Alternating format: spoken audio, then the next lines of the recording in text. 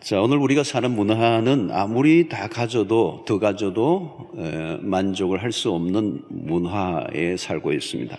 소비적 문화라고 그러죠. 어느 시대보다도 번영한 시대를 역사적으로 우리가 살고 있지만 풍요 속에 우리는 빈곤 의식을 갖고 살고 있습니다. 우리 주변에서 늘 듣는 이야기는 감사보다는 불평과 불만이 더 많은 것. 불평과 불만의 소리를 우리는 더 많이 듣습니다. 우리 아이들에게도 자, 한 해 동안 감사한 것이 있으면 얘기해봐. 이렇게 하면 아이들이 그러면서 감사할 것 말고요. 불만스러운 거 얘기할게요. 뭐 이런다고요. 옛날에는 정말 함께 먹는 게 감사하고 먹을 게 있다는 게 감사한데 오늘은 많은 게 널려 있어도 감사를 모르는 이유는 뭘까요? 우리에게 주어진 것을 너무 당연하게 생각하는 것입니다. 우리가 사는 게 당연한 게 아니죠. 우리가 병원에만 가보아도 산소호흡기를 꼽고 있는 분들을 보면 호흡하는 게 얼마나 힘들어하는 것을 보면서 우리는 전혀 느끼지도 못하는 일상의 당연함. 자, 바울은 오늘 골로새서에서 감사라는 단어를 여러 번 사용합니다. 바울 서신 전반에 걸쳐서 바울의 서신에 매우 중요한 주제가 감사입니다. 사실은 1장 3절에도 보면 우리가 너희를 위하여 기도할 때마다 하나님 곧 우리 주 예수 그리스도의 아버지께 감사하노라. 그가 기도할 때마다 이 감사를 빠뜨리지 않아요. 1장 12절에도 보니까 우리로 하여금 빛 가운데서 성도의 기업의 부분을 얻기에 합당하게 하신 아버지께 감사하게 하시기를 원하노라. 오늘 본문에도 세 구절을 보면 매 구절마다 여러분들 감사라는 단어가 나옵니다. 이건 강조법이죠. 강조. 매 구절마다 감사를 언급하고 있습니다. 우리가 잘 알고 있는 것처럼 바울은 데살로니가전서 5장 18절에 범사에 감사하라. 범사에 감사하라. 항상 기뻐하라. 쉬지 말고 기도하라와 이어 범사에 감사하라. 이것이 그리스도 예수 안에서 너희를 향하신 하나님의 뜻이다. 자, 그런데 이 감사는 우리의 신앙에 매우 중요한 덕목이요, 또 우리의 살아야 될 삶의 모습이면서도 불구하고 이 감사는 결코 쉽지 않은 주제라는 것을 우리가 압니다. 만약 우리가 감사의 삶을 살 수만 있다면 그 인생은 거의 초월적 삶인 거죠. 탑 레벨에서 일어나는 가장 상층부, 영적 상층부에서 일어나는 일이 감사라고 볼 수 있단 말이죠. 결코 이 감사는 쉬운 게 아닙니다. 사촌이 논을 사는데 왜 내가 배가 아프죠? 살살 아파요. 확 아픈 것도 아니고 살살. 그리고 아프다는 표현도 하기 어려워요. 왜 배가 아프죠? 내 것으로 만족이 안 되는 거잖아요. 나의 현실에 만족을 못하는 거. 왜 남의 떡이 커 보이죠? 그 떡도 괜찮은 떡인데 왜 남의 떡이 더 크게 보이느냐는 거. 저는 초등학교 때 그때 못 살던 시절이었잖아요. 그래서 학교에 가면 급식 빵을 주는데 그때는 떡을 줬던 적이 있어요. 제가 1학년 때, 2학년 때 떡을 줬는데 아마 제가 알기로는 깡냉이 그런 고물이 붙어 있는데 맛이 아주 따끈따끈하게 이제 점심시간쯤 되면 배달해 오는데 그걸 하나씩 주면 되지 꼭 선생님이 반을 딱 해가지고 나눠주는데 내 거는 항상 작았어요. 기억에. 짝짓 거를 항상 큰 거를 주더라고요. 그 떡이 크게 보였어요. 여러분, 가까운 사람에게 질투를 느낀다면 지금 불만족한 상태를 의미합니다. 부러우면 진다고 그러잖아요. 즐거워하는 사람과 더불어 함께 즐거워할 수 있는가? 우는 사람과 함께 우는 거는 할 수 있는데 즐거워하는 사람과 즐거워하는 게 어려워요. 내 아이는 떨어졌어요? 옆집 아이는 붙었어요. 즐거워한다는 게 어려운 거예요. 자, 오늘 성경이 말씀하는 감사는 단순히 일회성 행동을 말하지 않습니다. 한두 번 어쩌다가 그게 아니에요. 오늘 성경이 말씀하는 감사는 그리스도인의 아주 뚜렷한 특징이어야 하고, 그리고 그리스도인의 스타일이어야 한다. 가끔 서비스 업종에 종사하는 분들이 남에게 친절을 베풀고 아주 고개를 숙이고 감사하다고 표현을 하는데, 그게 자기의 스타일과 맞지 않으면 너무 힘들어요. 그게 자기 스타일이 아닌데 직업상 어쩔 수 없이 고개를 숙이고 감사하다 하는 얘기가 너무 힘들어지는 거예요. 그럼 그 직업에 적합한 인물이 아니에요. 힘든 거죠, 힘든 거. 자, 그리스도인들에게 감사라고 하는 것은 그런 어쩔 수 없이 하는 어떤 외적인 행동이 아니라 내면 속에서부터 우러나오는 자연스러운 그리스도인의 삶의 스타일이어야 한다는 거죠. 자, 감사는 천국의 삶의 방식이고 천국의 하나님의 백성의 스타일이라면 어떻게 감사의 삶을 살 수 있을까? 오늘 본문을 세 구절을 한 구절을 보고 우리가 살펴보려고 합니다. 15절을 먼저 보면 그리스도의 평강이 너희 마음을 주장하게 하라. 너희는 평강을 위하여 한 몸으로 부르심을 받았나니 너희는 또한 감사하는 자가 되라. 이게 매우 중요한 첫 대목입니다. 그리스도의 평강이 너희 마음을 주장하게 하라는 거죠. 자, 여기 주장하다라고는 이 단어의 뜻은 중재하다, 또 조정하다라고 하는 뜻이 있습니다. 자, 우리의 죄성을 갖고 있는 인간은 어느 곳으로인가 기울기가 쉬워요. 어느 쪽으로 기울기가 쉬운가 하면 불평 쪽으로 기울기가 쉽습니다. 그래서 우리는 불평 쪽으로 기울 것인가 감사 쪽으로 기울 것인가, 여기에 중재를 누군가 해야 되는데 그 중재를 그리스도의 평강이 중재한다, 이런 표현이에요. 자, 우리는 우리의 마음을 그대로 두면 죄성의 지배를 받습니다. 그런데 죄성의 지배를 벗어나 하나님의 평강이 우리의 마음을 지배하고 통제함에 따라 움직인다면 감사할 수 있다는 거죠. 환경의 지배를 받지 않고. 그리스도의 평강이 너희 마음을 주장하게 하라, 중재하게 하라. 원망과 불평하지 못하도록 그 그리스도의 평강이 너의 마음을 붙들어 줄 수 있기를 바란다는 것. 자, 그러면 이 평강이 우리에게 어떻게 주어지는가? 이 평강이라고 하는 것은 하나님과의 관계 안에서 주어지는 것입니다. 성경에서 말씀하는 이 평강은 언제나 하나님과의 관계와 연관이 있습니다. 요한복음 14장 27절을 보면 평안을 너희에게 끼치노니 곧 나의 평안을 너희에게 주노라. 주님은 나의 평안을 너희에게 주노라. 주님이 갖고 있는 이 평안은 어떤 것입니까? 내가 너희에게 주는 것은 세상이 주는 것과 같지 아니하리라. 너희는 마음에 근심하지도 말고 두려워하지도 마라. 주님이 우리에게 평강을 주십니다. 우리가 가지고 있는 평안은 온전하지 않습니다. 어느 한순간에 팍 깨집니다. 주님이 주시는 평안은 외부적 환경에 흔들림이 없습니다.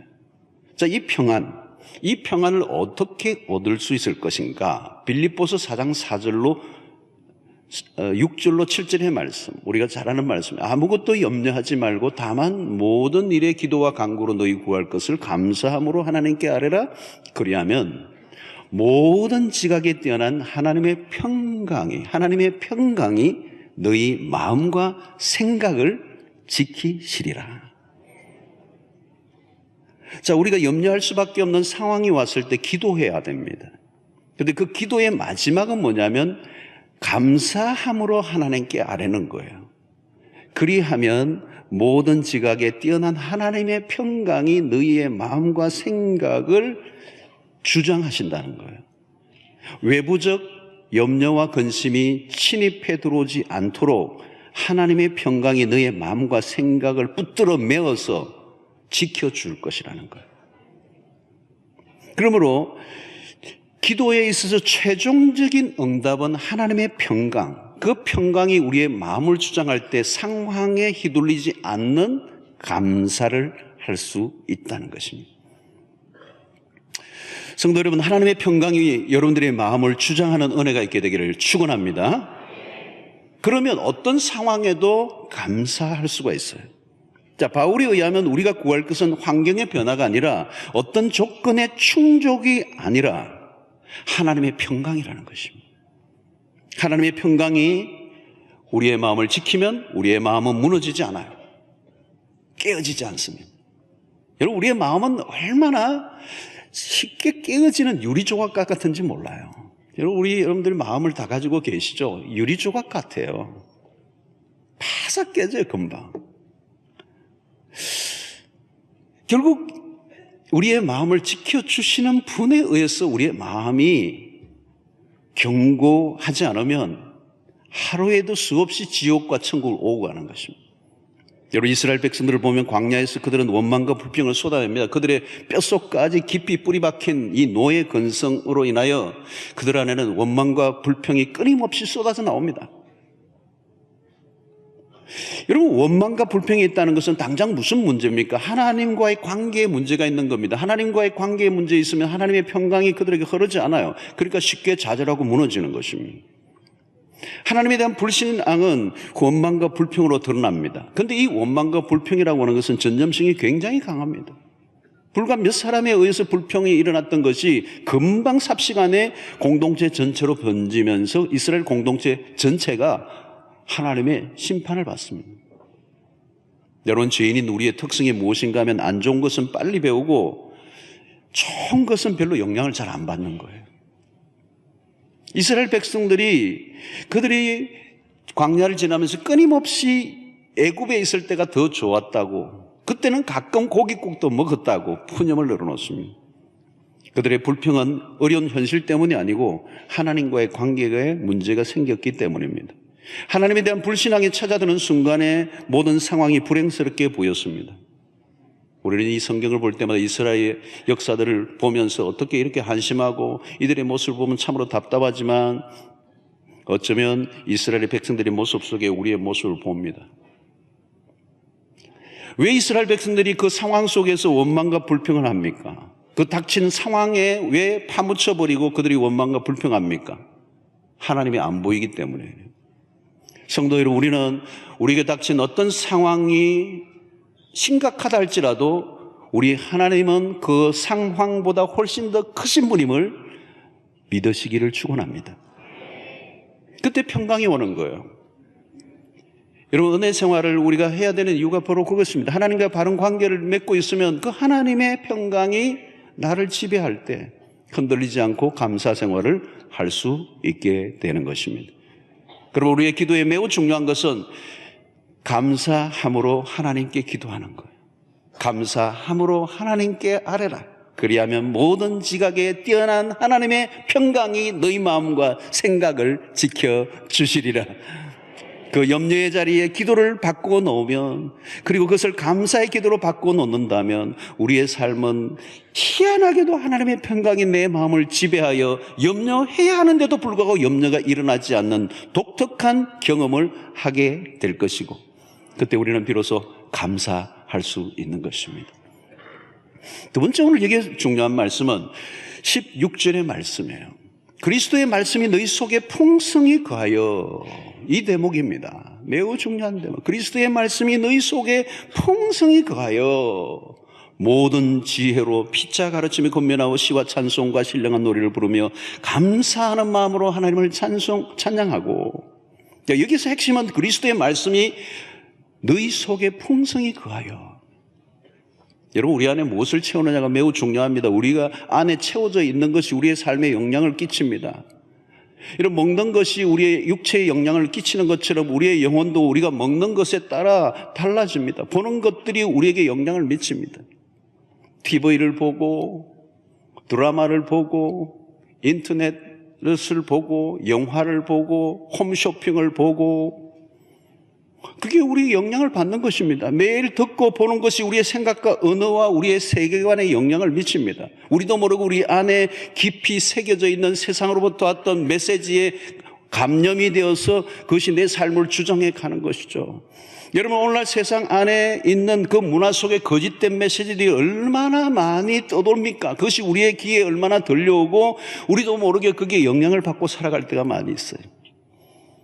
세상에 떠도는 메시지 가운데 하나가 뭡니까? 돈이야, 역시 돈이야. 돈이 최고야. 돈이 전부야. 돈이 있어야 돼. 돈이 있어야 성공이야.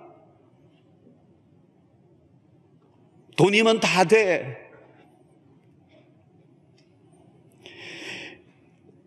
세상에서 떠도는 끊임없는 돈이 곧 행복이라고. 여러분, 돈이 중심이 된 세계관을 가지면 아무리 더 가져도 만족할 수 없어요. 사단이 예수님에게 왔던 시험이 뭡니까? 이 돌들이 떡이 되게 하라. 그러나 예수님의 답은 뭡니까? 사람이 떡으로만 사는 것이 아니요. 떡으로만 사는 것이 아니요. 떡으로만 살면 불행해지는 거예요. 떡으로만 사는 것이 아니라 하나님의 입에서 나오는 말씀으로 살 것이니라. 말씀으로 살면 떡의 문제도 해결되지만 떡으로만 승부를 걸면 떡도 진리도 잃어버리는 불행한 삶이 된다는 것입니다. 여러분, 오늘 16절에 그리스도의 말씀이 너희 속에 풍성히 거해, 여기에 주목해야 합니다. 우리의 그리스도의 말씀이 우리의 생각과 언어와 행동과 모든 말을 지배할 수 있도록, 우리의 하나님의 말씀이 우리 안에 가득 채워져야 된다는 거예요. 풍성히 거하도록 해야 된다는 거예요. 그러니까 단순히 그냥 성경을 가끔 읽는 것으로는 안 돼요. 매일 읽고 주야로 묵상하는 자가 되어야 된다는 거예요. 말씀이 우리의 생각과 마음 안에 깊이 스며들어 채워지도록 우리도 모르게 비정상이 정상인 것처럼 알고 있는 이 잘못된 생각의 개념을 다 제거하고 하나님의 진리 안에 우리의 마음이 정리되어져서 세상의 문화로부터 영향을 받았던 것들을 걷어내는 작업을 해야 된다는 것입니다. 거짓된 진리에서 헤어나오려고 하면 대충 말씀을 보고는 되지 않아요. 핵심은 말씀 충만입니다. 말씀이 우리 안에 충만하면 새로운 안경을 끼게 됩니다. 눈에 보이는 것들에 속지 않을 수가 있습니다. 우리는 세상이 말하는 축복과 성경이 말하는 축복에 대해서 오해를 할 때가 많이 있습니다. 하나님의 말씀을 깊이 알아가면 자연스럽게 구별되는 것이죠. 하나님의 말씀이 우리 안에 충만히 채워질 때 우리는 세상의 원리를 따라가지 않고 살 수가 있는 것입니다. 오늘 본문과 병행 구절이 에베소서 5장 18절에 나와요. 이 골로새서와 에베소서가 아주 일치되는 부분이 많은데 이 병행 구절이 에베소서 5장 18절 말씀입니다. 오늘 이 17절의 말씀. 자, 여기 술 취하지 말라. 이는 방탕한 것이니 오직 성령으로 충만함을 받으라. 자, 앞부분에 골로새서는 뭐예요? 말씀이 너희 안에 풍성히 거하여. 에베소서에서는 성령으로 충만하라. 여러분, 말씀이 충만히 거하듯이 성령이 우리 안에 충만할 때 우리의 생각과 의지까지 지배하게 됩니다. 말씀이 충만할 때 그 말씀이 우리 안에 완전히 우리의 내면 세계를 지배할 때 우리의 삶, 우리의 생각과 언어를 주장하듯이 성령으로 충만하면 그 성령도 역시 우리의 생각과 의지를 지배하게 됩니다. 오늘 성령의 충만함을 받으면 우리는 세상을 능히 이길 수가 있고 이 세상 가운데 문화 속에 이 세상에 오염된 사고와 사상 속에 빠져들지 않고 성령으로 이기며 살아갈 수 있다는 거예요. 자, 골로새서의 이 주제는 충만입니다. 그리스도의 충만. 이 그리스도의 충만은 말씀 충만이고 말씀 충만은 성령 충만이고 성령 충만은 예수 충만이고 그리스도의 말씀이 충만한 것이 곧 그리스도가 충만하게 될 것이고 그리스도의 충만은 곧 성령의 충만으로 그래서 그 성령 충만은 우리를 감사 충만으로 이끌어낸다는 것입니다. 자, 오늘 목표는 그리스도의 말씀이 내 안에 풍성히 거하고 차고 흘러 넘치게 하는 것입니다. 그러면 오늘 여러분 우리가 말씀을 간단히 듣고 그냥 감사주일이니까 앞으로 감사하게 살아야지 하고 의지로 그냥 한번 주먹을 뿔 건지고 결단하고 돌아간다고 감사 생활이 되는 게 아니라는 거예요. 왜? 우리의 신앙과 현실은 너무도 갭이 크기 때문에 오늘 여기서는 아멘하고 은혜 받았지만 교회 문을 열고 나가는 순간부터 우리에게 밀려오는 수없는 세상의 파도와 수없는 사건과 문제들이 일어나면 한순간에 우리는 감사를 잃어버릴 수밖에 없단 말이죠.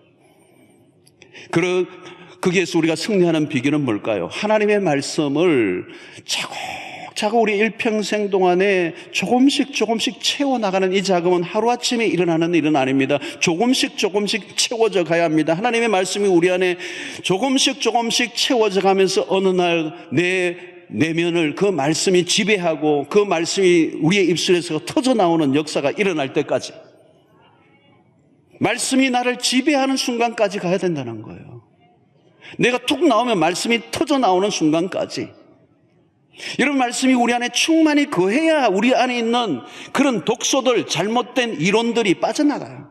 악한 성향들과 편견들이 사라집니다. 우리의 왜곡된 생각들이 하나둘 교정되어져 갑니다. 여러분, 하나님의 말씀은 능력이 있습니다. 그 말씀을 주야로 묵상하다 보면 우리 안에 깊이 빼어져 있는 부정적인 악한 생각들의 뿌리가 뽑혀지는 역사가 일어난다는 거죠. 여러분, 우리가 부정적인 이 사고가 자리 잡고 있으면요, 늘 부정적인 삶의 노예가 돼요. 항상 부정적인 관점으로 잘못된 생각에 꼬리를 물면서 아무리 좋은 일이 일어나도 감사하지 못하는 왜곡된 삶이 되고 만다는 거죠.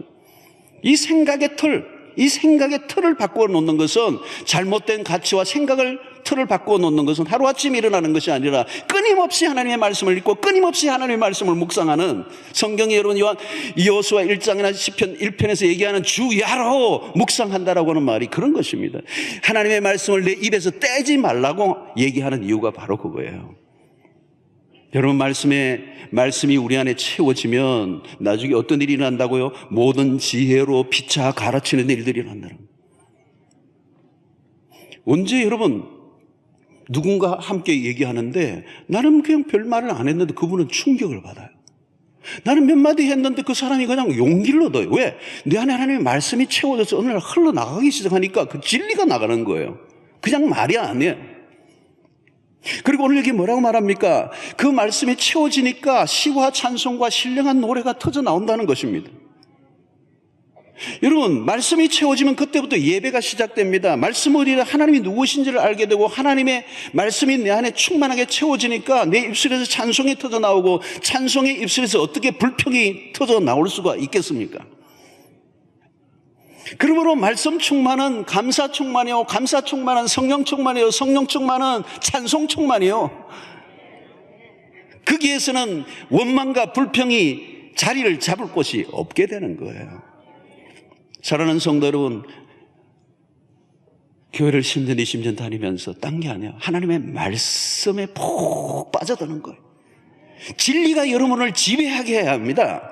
하나님의 말씀 안에 충만히 가면 그 말씀이 여러분들로 하여금 저절로 감사하도록 이끌어 주실 줄로 믿습니다. 말씀이 그렇게 하는 거예요. 말씀이 너희 안에 풍성히 거하여. 자, 첫 번째는 뭐예요? 그리스도의 평강이 너희 마음을 주장하게 하라. 두 번째는 뭐예요? 하나님의 말씀이 너희 안에 풍성히 거하여. 일평생의 작업이에요. 하루아침에 일어나는 일은 아닙니다. 그러나 여러분들 하나님의 말씀을 사랑하시고 주야로 말씀을 읽고 묵상하여 이 말씀이 내 영혼을 가득 지배하고 충만하게 채워지면 그것이 저절로 내 말씀이 흘러나오고 터져나오면 찬양이 되고 다른 사람에게 교훈이 되고 가르침이 되고 그게 감사로 바뀌는 역사가 일어나게 되는 것입니다. 세 번째는 예수의 이름이에요. 17절에 보니까 또 무엇을 하든지 말이나 이래나 다 주 예수의 이름으로 하고 그를 힘입어 하나님 아버지께 감사하라. 자, 우리가 무엇을 하든지 말이나 이래나 다 주 예수 이름으로 하라는 겁니다. 여러분, 주 예수의 이름으로 하라는 이 말은 우리의 소속이 무엇인가를 얘기합니다. 그 시대 속에 예수 그리스도의 이름을 말하는 것, 일하고 그 예수의 이름으로 행동하고 일하고 말하는 것은 내가 누구인가를 밝히는 거예요. 우리의 신분, 우리의 정체성이 무엇인가를 말하는 것입니다. 우리는 다르게 부름을 받은 백성들이라는 거죠. 우리는 그리스도의 이름으로 살아가는 그리스도의 군대, 그리스도의 사람들. 여러분, 우리가 그리스도의 이름을 부르며 살아간다는 것은 우리의 삶은 더 이상 우리에게 속해 있는 것이 아니라 하나님의 손에 우리의 삶이 달려있다는 것을 의미하는 것입니다. 우리가 실패할 것처럼 보여도 하나님은 우리를 결코 실패로 끝나지 않게 할 것이라는 믿음을 가져야 합니다. 오늘 여기 보니까 그를 힘입어 하나님 아버지께 감사하며. 감사의 대상이 누구입니까? 하나님이에요. 왜요? 우리의 모든 삶에 주어진 것, 모든 선한 것, 좋은 것은 위로부터 하나님으로부터 주어진 것이기 때문에 여러분 어떤 것에 대해서 감사하더라도 그 감사의 궁극적인 것은 하나님이세요. 어떤 사람이 나를 도와줬어요. 그러나 그 사람에게 감사하지만 그 사람이 나를 돕게 하신 분은 하나님이세요. 그리고 하나님에게 감사하는 거예요. 그리고 오늘 여기 보니까 그를 힘입어 우리는 우리의 힘으로 감사할 수가 없어요. 하나님의 힘이 우리에게 주어져야 감사할 수가 있고 하나님이 우리를 도와주셔야 상황을 뛰어넘어 감사할 수가 있는 것입니다. 지금은 로마의 감옥에 바울이 갇혀 있습니다. 열악한 환경입니다. 예수의 이름 때문에 핍박을 받고 감옥 속에 갇혀 있는 이 골로새서를 지금 기록하고 있어요. 바울뿐만 아니라 1세기 그리스도인들은 예수를 믿는 순간, 예수의 이름을 말하는 순간 그들은 환난과 시련과 핍박 속에 사로잡히게 되었어요. 상황은 좋지 않았습니다. 그러나 바울은 그의 입술에서, 그의 서신에서 끊임없이 감사를 말하고 있습니다. 환경은 좋지 않고 열악하고 힘든 상황 속에서도 감사하게 하나님은 다른 것이 아니라 그리스도. 일어난 상황이 우리의 인생을 바꾸어 놓는 것이 아닙니다. 우리의 인생은 하나님의 손에 달려 있습니다. 그리스도의 이름에 생명을 거는 이유는 우리의 죽고 사는 것이 하나님의 손에 있기 때문에. 바울은 눈에 보이는 힘에 굴복하지 않았습니다. 자신을 위협하는 환경이나 사람에게 휘둘리지 않았습니다. 여러분, 우리는 언제나 그리스도의 이름을 붙들고 살아야 될 것입니다. 그러면 우리의 삶은 우리의만으로 결정되지 않습니다. 우리의 운명은 그리스도와 연결되어 있기 때문에 망할 것 같으나 망하지 않아요. 사방으로 우겨쌈을 당하여도 우겨쌈을 당하지 않습니다. 우리의 삶은 그리스도 안에 있기 때문에 그것이 우리의 당당함이고 우리의 자신감입니다. 우리가 아무리 힘들어도 찬송할 수 있는 근거는 그리스도 때문에 그리스도가 우리의 삶의 주인이시고 그분이 우리의 삶을 충만하게 지배한다면 어떤 환경에도 능히 이길 수 있을 줄로 믿습니다. 자, 감사가 우리에게 주어지는 축복은 어떤 것입니까? 감사해 보십시오. 더 많은 감사로 이어집니다. 예수님의 오병이어 사건이 바로 그겁니다. 예수님은 한 소년이 먹고 없어져 버릴 한 끼의 오병이어 아주 초라한 그것을 붙잡고 주님의 기도는 뭐예요? 축사하시고 했어요. 축사하시고. 그 축사하시고라는 말은 감사기도 하셨다는 감사기도. 그리고 기적이 일어납니다. 5,000명을 먹이고도 남는 역사가 일어납니다. 무슨 얘기예요? 감사는 기적을 또 다른 기적을 낳습니다. 감사는 지금의 상황을 보는 것이 아니라 그 다음에 일어날 일을 바라볼 때 일어나는 것입니다. 예수님은 지금 초라한 오병이어를 보시지만 이것만 본 게 아니에요. 이것을 통하여 수천 명이 먹고도 남는 역사, 미래의 시간을 본 것이죠. 성도 여러분, 성도는 지금보다 나중에 나은 인생이 될 것을 믿고 살아가는 사람들이에요. 우리의 미래의 소망은 하나님에게 있어요. 우리의 미래의 시간은 하나님의 손에 달려있기 때문에 우리는 그 하나님을 신뢰함으로 우리의 미래를 소망하는 것이죠. 여러분, 믿음을 강조하는 이유가 뭘까요? 왜 믿음합니까? 우리가 지금 현재는 아니지만 반드시 미래는 하나님이 성립케 해 주실 것이다 믿는 거예요. 여러분, 감사는 치유를 낳습니다. 감사하지 못하고 있다면 지금 마음이 병들어 있는 겁니다. 끝도 없이 더 많은 것을 요구하는 이 불만족의 병은 우리의 삶을 망가뜨리는 것입니다. 감사하지 못하는 마음 안에는 교만함이 있고요. 감사하지 못하는 마음에는 허영이 있고요. 병들어 있는 거예요. 그 병든 마음을 치료하는 명약은 감사 생활이에요. 성도 여러분, 지금 주어진 상황이 내가 받아들이기 힘들지 몰라도 그럼에도 불구하고 이 상황마저도 하나님이 내 인생 가운데 허락하신 최상의 순간이라고 고백해 보세요. 지금 상황은 내 눈에 보이기는 아니지만 하나님의 관점에서 보면 우리의 인생을 비적하시는 최상의 한순간이에요. 여러분은 모든 것들이 하나님의 손 안에 이루어져 가고 있음을 믿습니다. 여러분, 부부관계도 마찬가지. 오랜 세월 함께 살면 힘들어질 때가 있죠. 여러분, 결혼할 때는 정말 죽고 못 살 정도로 사랑해서 결혼했지만 오래 살다 보면 죽기보다도 더 싫은 관계로 살아갈 때가 얼마나 많이 있어요, 여러분. 사랑해서 결혼했지만 살다 보면 쉽지 않잖아요. 제가 호주에서 주례를 참 많이 했어요. 젊은이들이 많으니까 거의 매주 주례를 했어요. 주례할 때마다 젊은이들은 너무 좋아서 야단을 하고 둘이서 눈이 떨어지지 않고 막 계속 하는, 막 그냥 소름이 돋고. 그런데 저는, 자기들은 좋아할지 모르지만 저는 갈 길이 멀다, 갈 길이 멀다. 무슨 일이 일어날지 모르는 거죠. 살다 보면 이 사람이 그 사람이었는가? 데이트할 때 그 사람이 아니에요. 예. 어떤 사람은 너무 화장을 짙게 해가지고 자매가 지우고 나니까 놀랬다는 거예요. 이게 그 얼굴이 아니라 해가지고. 목소리도 바뀌어요. 나이가 들면 여성들이 걸걸해지고요.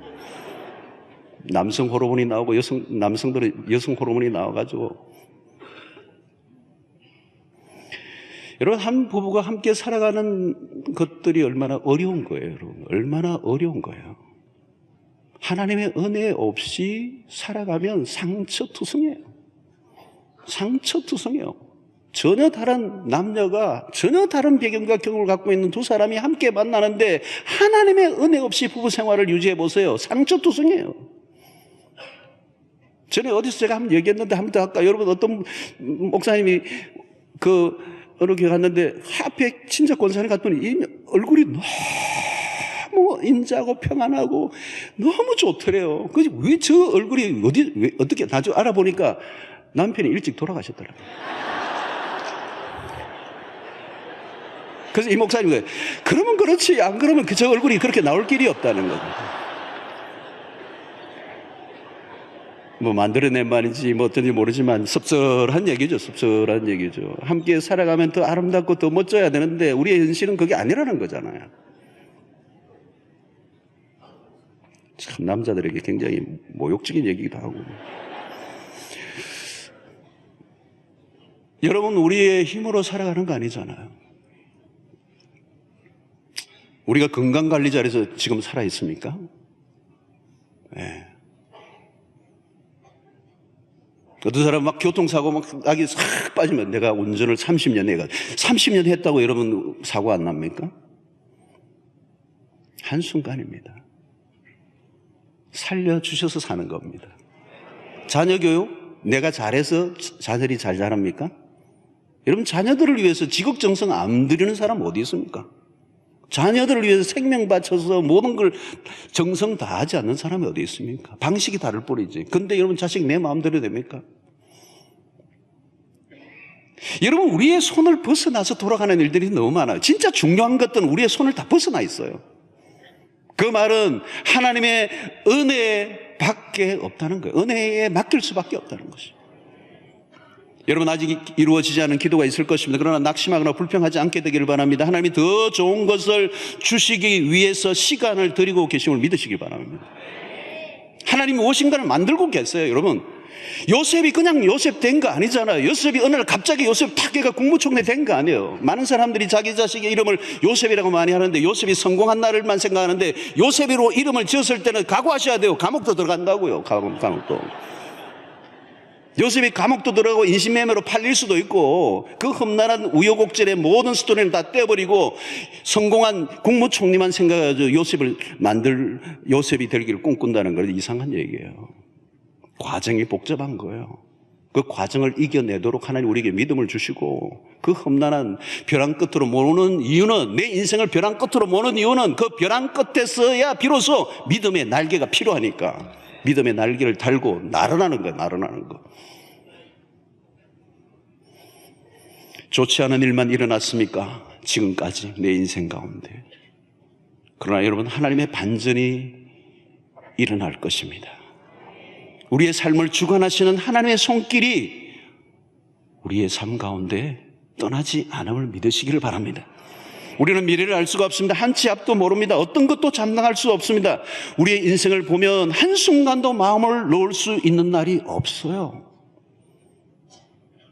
야, 내가 요 정도만 해놓으면 내가 이제 좀 마음을 놓아야지. 여러분, 기업이든 뭐 어느 직장이든 우리의 인생살이 어디에도 내가 이제야 마음 푹 놓았다, 이제 됐다라고 하는 그런 순간이 있었던 적이 있습니까, 여러분? 없어요. 우리 연세든 분들에게 물어보면 젊은 날로 돌아가시겠습니까? 청년 때로 돌아가면 몇십 년 뒤로 돌아가시겠습니까? 그래요. 왜 또 돌아가냐요?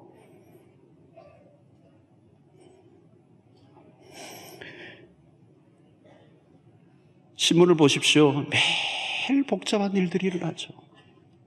끝도 없이 일어나잖아요. 이번에 입시도 그 전날 그냥 다 준비하고 내일 시험 치려고 다 준비하고 있는데 그냥 건드니까 일주일 연기되고. 그럴 일이 어떻게 알았겠어요? 전부 다 그냥 그 문제진이 그 뭐 참고서 다 그냥 그날 다 버린대요, 마지막 날. 이번에 신문에, 이 방송에, 뉴스에 어떤 부분에 그 SNS가 많고, 뭐 부모, 자식, 뭐 친구들 많은데 어떤 애는 그 뉴스를 못 듣고 아침에 시험 치러 간 애가 한 명 딱 나왔어. 자기는 막 시험 치러 막 두근두근 해가지고 일찍 자고 그냥 갔는데 천지가 개벽한 거예요. 아무도 없는 거예요. 걔는 참 얼마나 황당했겠어. 내 인생에 이런 일이. 아마 큰일 났을 거예요. 한 치 앞도 몰라요, 여러분. 그 다음날 아침에 팔려고 했던 찹쌀떡 장사들 다 그렇게 될 줄 누가 알았겠어요, 여러분. 그래서 제가 우리 목사님들, 우리 교인들 가운데 혹시 찹쌀떡 장사 있는지 한번 알아보라고. 그거 빨리 우리가 먹어줘야 될 거 아니에요. 우리가 사든지 뭐 해가지고 그 일주일 못 견디니까. 오늘 추수감사일이라도 좀 소비하든지 막 그렇게 물었어요. 여러분, 세상 사람들이 불안한 이유가 그겁니다. 인생이 럭비공이에요. 어디로 튈지 모릅니다. 무슨 일이 일어날지 예측할 수 있습니까? 우리의 인생에 언제 마음 놓을 날이 한 번이라도 있었습니까? 젊은이들만 힘듭니까? 젊은이들이 3포, 5포, 7포 다 포 그러는데 젊은이들만 힘든 거 아니에요? 중년층, 직장 생활하는 사람들, 은퇴 직전에 있는 사람들, 은퇴 직후에 있는 사람들, 은퇴하고 난 분들, 여러분 어디를 물어봐요?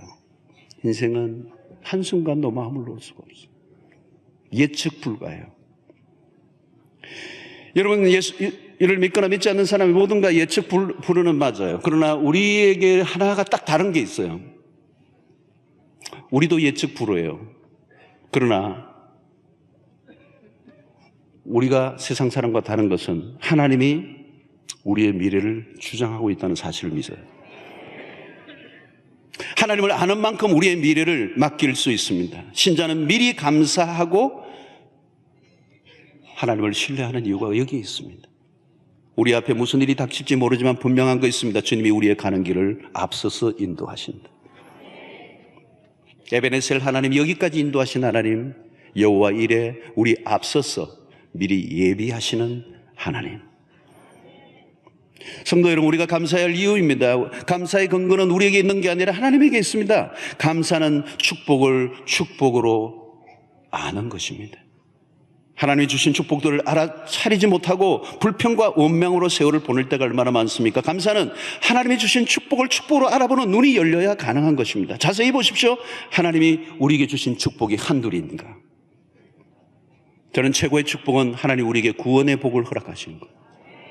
이 동방의 아주 조용한 고요한 나라, 은자의 나라라고 불렸던 차이나는 알아도 이 조선의 땅은 130여 년 전에는 미지의 땅이었어요.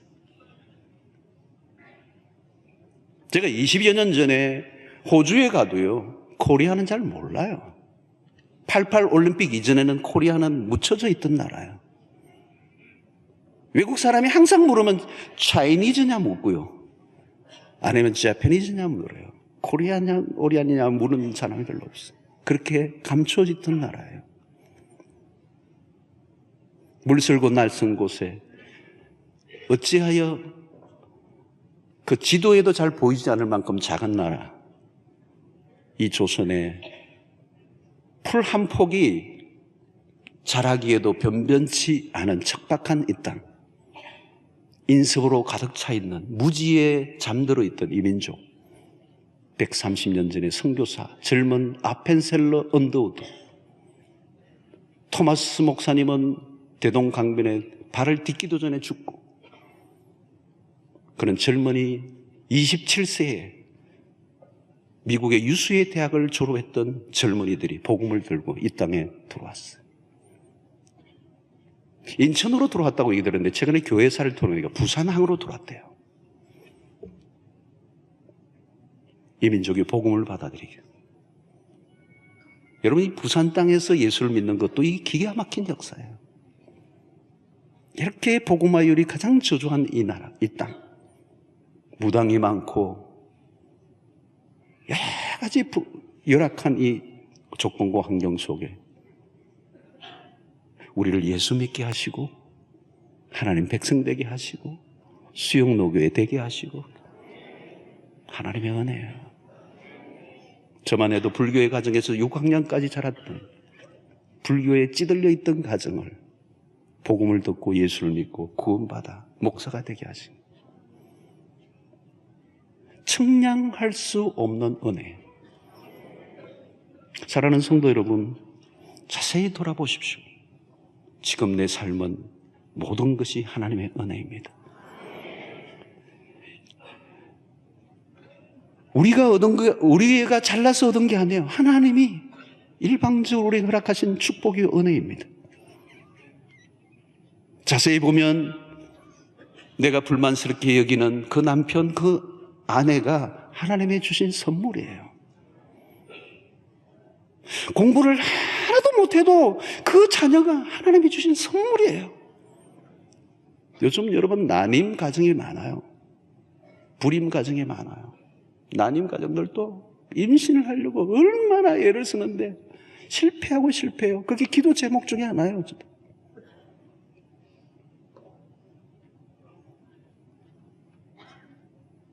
공부를 잘하네 못하네, 그건 넌 사치예요, 사치. 그 생명이 얼마나 놀라운 것인지. 오늘 공부 못하는 아들 좀 안아주세요. 감사하세요. 그것은 다 하나님이 나에게 주신 분복들이에요. 여러분들이 다니는 교회, 여러분들이 속해 있는 사랑방, 내 곁에 있는 한 분 한 분이 다 하나님이 나에게 주신 선물들이에요. 사람들의 후회는 주로 어떤 것입니까? 뒤늦게 깨닫는 거예요. 이게 인간의 학녀입니다. 철이 늦게 드는 거예요. 철이 늦게 드는 거예요.